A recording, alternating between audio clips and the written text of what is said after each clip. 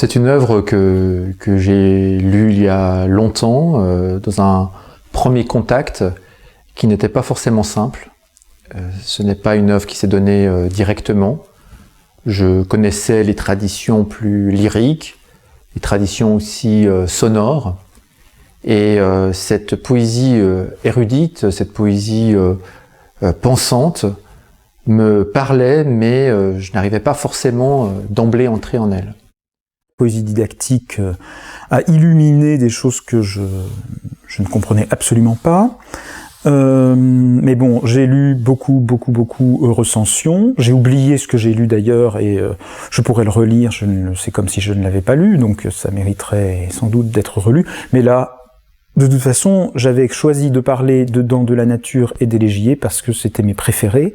Je crois que ces poésies premières, toute la radicalisation que l'on voit dans ces poésies premières, sont marquantes pour moi. Et j'ai aussi un attachement pour Lire dur. Lire dur qui est encore un ouvrage un peu particulier, qui n'a pas paru chez Flammarion, et qui est un livre de lyrique amoureuse. Mais il est tourné de telle manière qu'il a une saveur tout à fait particulière. Garde-manche hypocrite, qui pourtant, enfin je veux dire, est non seulement le premier, mais est visiblement le premier, un éditeur qui a disparu, une écriture qui n'est plus la même, donc quelque chose qui n'est même, enfin qui est un Philippe Beck d'autrefois et recueil qu'il a pourtant repris. Donc Garde-manche hypocrite, pour moi, c'est un moment exceptionnel, mais assez séparé, mais je n'arrive plus à situer s'il est séparé parce que je l'ai lu après, tout de suite après, ou bien s'il est séparé parce que, pour d'autres raisons.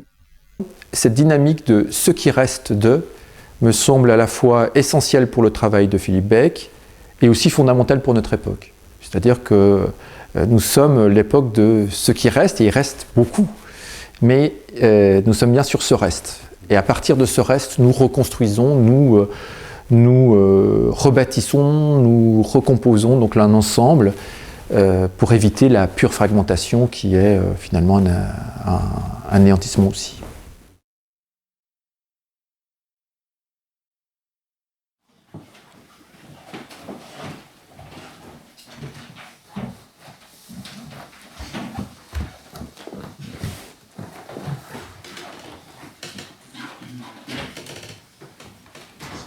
J'ai rencontré l'œuvre de Philippe à ses tout débuts, c'est-à-dire à la parution de son premier livre que j'ai reçu, parce qu'il était paru dans la collection de la Biennale du Val-de-Marne chez Fourby. Je recevais ses livres régulièrement. Et donc je l'ai lu, ce premier livre, à sa parution, qui m'a relativement intrigué, tout en me laissant un petit peu ébahi.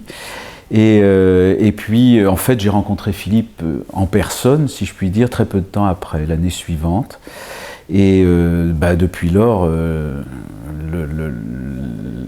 lien s'est créé. J'ai évidemment lu ses livres les uns après les autres au fur et à mesure qu'ils paraissaient, et même à une cadence assez soutenue au début. Et puis bien sûr, il y a tout un dialogue entre nous qui s'est créé très vite, amical et de réflexion commune, je dirais, autour de cette question de la poésie qui nous préoccupait avec une intensité égale, je dirais, même si c'était avec des approches qui étaient spécifiques, mais enfin en tout cas avec suffisamment de points communs pour qu'on puisse imaginer justement d'y réfléchir ensemble. Et puis donc assez vite derrière ça, c'est-à-dire au bout de 3 ou 4 ans, je suis devenu un de ses éditeurs, puisque j'ai commencé de publier une partie de ses livres dans la collection Poésie chez Flammarion. Et donc le premier que j'ai publié, c'était en 2000, et puis il y en a eu 5 au total, un 6e l'année prochaine bientôt. Donc après, voilà, c'est plus qu'un compagnonnage. Là, pour le coup, ça devient vraiment un travail suivi en commun.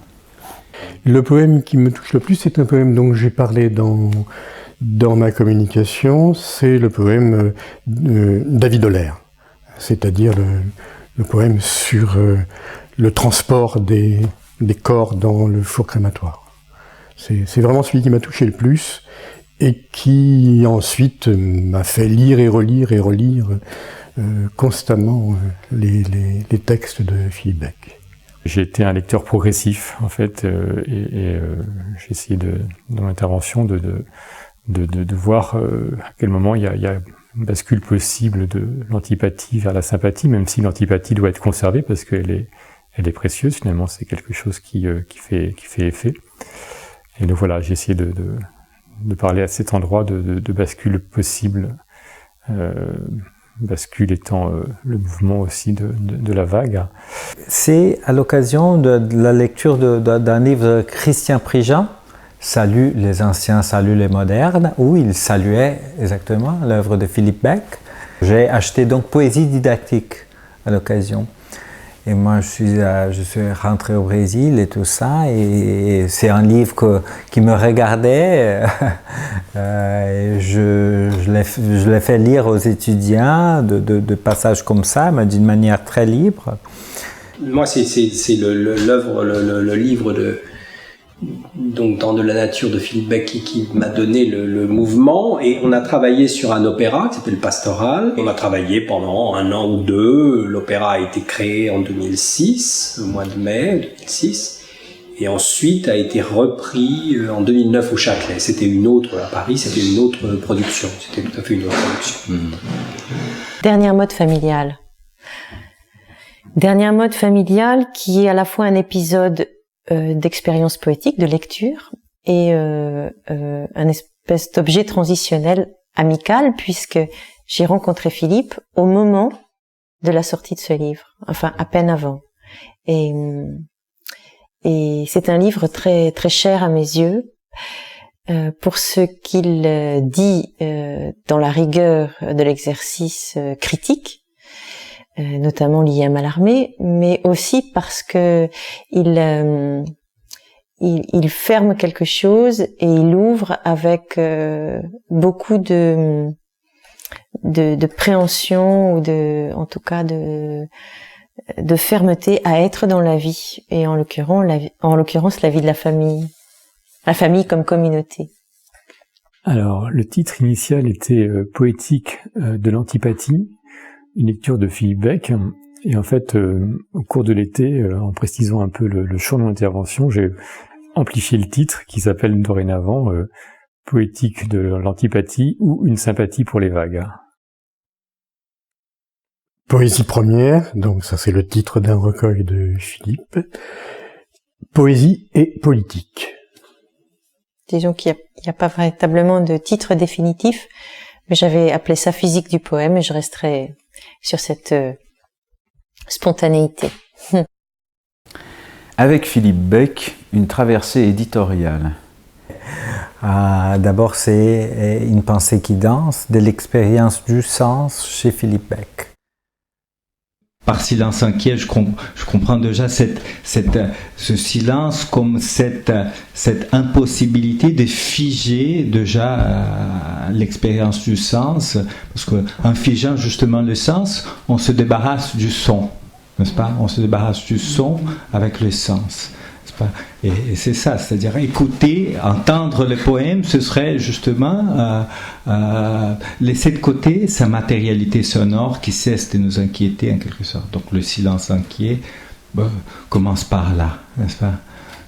Le titre d'intervention, c'est Écrire la musique avec Philippe Beck. Mais là, je parle de Philippe Beck comme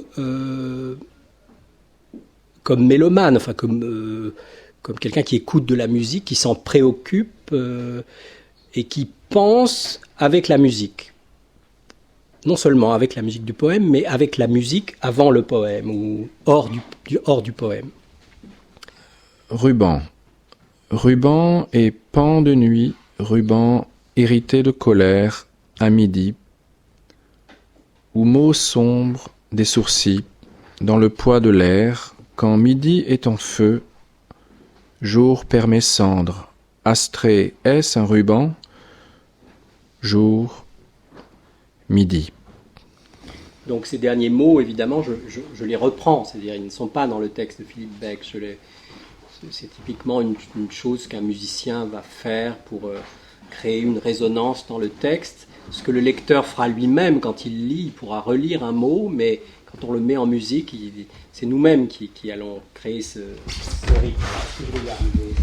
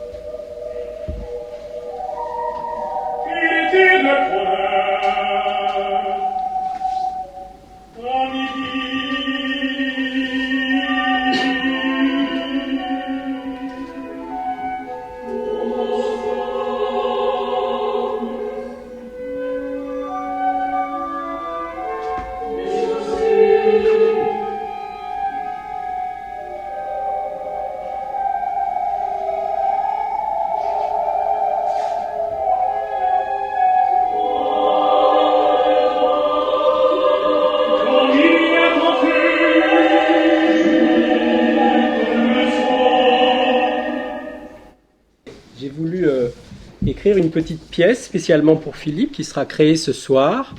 Là, on pourrait l'appeler l'impromptu de Cerisy. C'est Elena qui a trouvé le titre dans de la nature, le livre qui a tout débuté. Et cette petite pièce s'appelle Nuages du lexique. C'est à la page 79 de de la nature. Sous-titré Une berceuse pour Philippe Beck. Alors, ça va commencer le concert. Commencer un concert par une berceuse à cette heure-là, c'est extrêmement dangereux. Mais... Donc voilà, j'en remets le manuscrit. Oh. Merci.